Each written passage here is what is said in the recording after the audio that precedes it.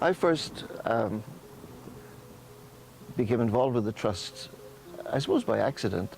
I always tell people that as a young priest in Ireland, people used to say to me, "Have you been to Lourdes yet, Father?"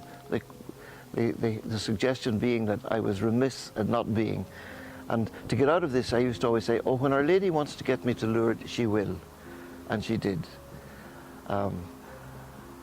I spent a weekend in May with a group from Dublin, and the people who were so pleased with that, they asked me would I go back for the month of July with several groups throughout the month, which I did. At the end of that summer then, I was moved from Dublin to St Mary's College in Twickenham, and I'd only arrived in the college when I got a letter from someone saying, "I'm a group leader in Liverpool, and the college chaplain always travels as a chaplain with HCPT. Will you come with us?" And I had to go and ask someone, "What's HCPT?" And I found out, and I travelled with Group 85 from Liverpool in the Easter of 1979. A few years later, reflecting on how this happened, I suddenly became convinced that almost everyone who finds themselves in Lourdes is there by invitation. Our Lady organises some way of inviting you to be there, and just like she invited Bernadette to come to the grotto, we're there by invitation, and it's something very important for our lives. It's certainly been very important for my life, because after a few years as a group chaplain, the group I went with was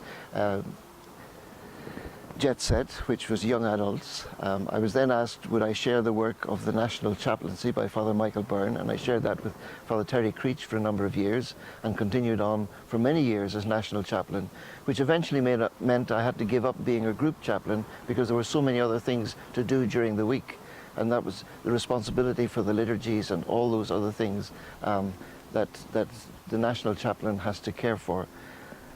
However, that came to an end. And one of the great delights is to return now as a small group chaplain. I've been chaplain now to Group 24 for quite a few years, and that's back to the roots of the trust and what it's all about, sharing life with children and seeing them blossom and develop over the week.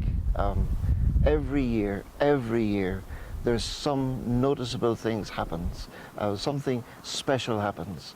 I can remember saying Mass for Group 24 before I was full-time their chaplain, and there was one young boy in the group who was very severely autistic, who during Mass used to go for a wander, and one of the helpers would wander off with him, and then he would come back and he'd sit down, but he never even looked up.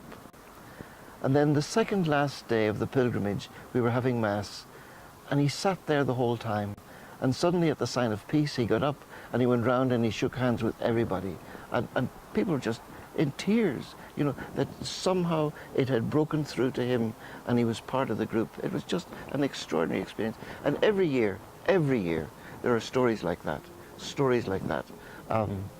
One of my favorites was, when I was a chaplain to Jet Set, was a young boy with quite severe cerebral palsy called Brendan. And Brendan used to take forever to make the sign of the cross. He would struggle to get his hand to his forehead. He would struggle to get his hand. He would struggle to get his hand to his shoulder. He would struggle to get his hand to his shoulder. It took several minutes.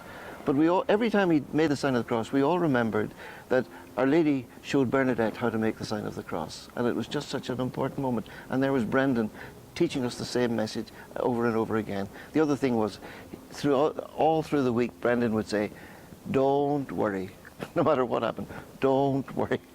He was just, these young people have always been an inspiration because of their courage, because of their trust in us. Father Michael Strode said that their trust in us releases our ability to trust ourselves and to deal with our own inadequacies and not be afraid of them.